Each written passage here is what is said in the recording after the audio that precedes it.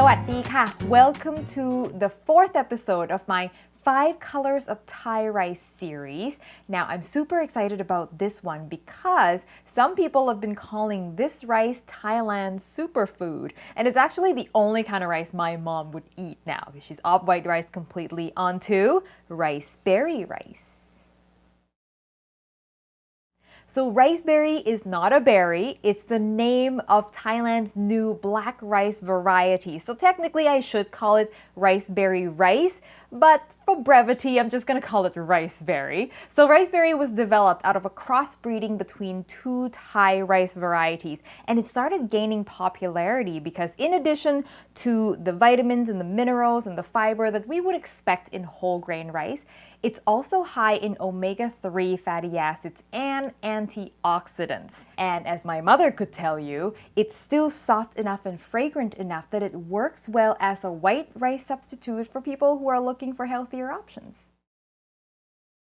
So as of the making of this video, it may be a little harder to find Riceberry outside of Thailand. However, I have a feeling that's gonna change in the near future.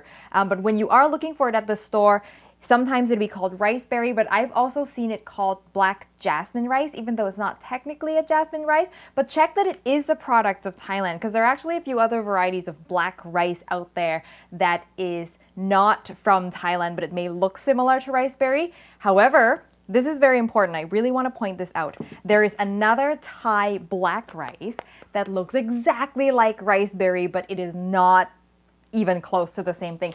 And that is the Thai black sticky rice. Okay, so this is Thai black sticky rice, often labeled as Thai black sweet rice or Thai black glutinous rice. I can't actually tell by looking at the grains. I mean, there are very slight minor differences, but black sticky rice is much chewier and it actually doesn't work as a white rice substitute. In Thailand, we use this mostly for desserts, for which I have a couple of videos if you want to check them out.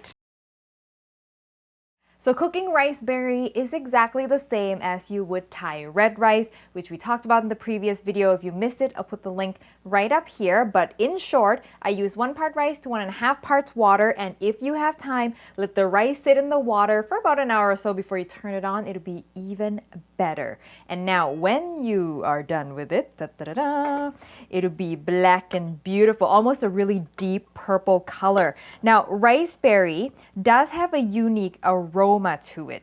It's kind of hard to describe, but if you know what Thai black sticky rice smells like, maybe you've had a sticky rice pudding, it's the exact same smell. But the flavor is quite neutral. It's just that interesting aroma, which I actually really like. But if you want to switch from white rice to Riceberry, but you don't want too drastic of a flavor change, you can definitely mix half and half. You can cook it together in a pot. Definitely check out the website post for this. I'll give you lots of tips for how to make it perfect. Or what you can do is freeze the Riceberry, like we talked about, reheat it in the microwave, it only takes 90 seconds, and then just stir it into your white rice and you'll end up with something that looks like chocolate chip rice. But that way, you don't have to mess with cooking 2 different rices and you can add sort of as much or as little as you want.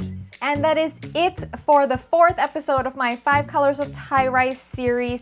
Now check out the website post for this video for sure because I've got a bonus recipe for Riceberry congee for you. It's so good and so beautiful. Now for the next video, the last of the series, I'm not going to tell you what it is, but a hint is it's a staple rice of Thai people in the north and the northeast. So I'll see you then. สวัสดีค่ะ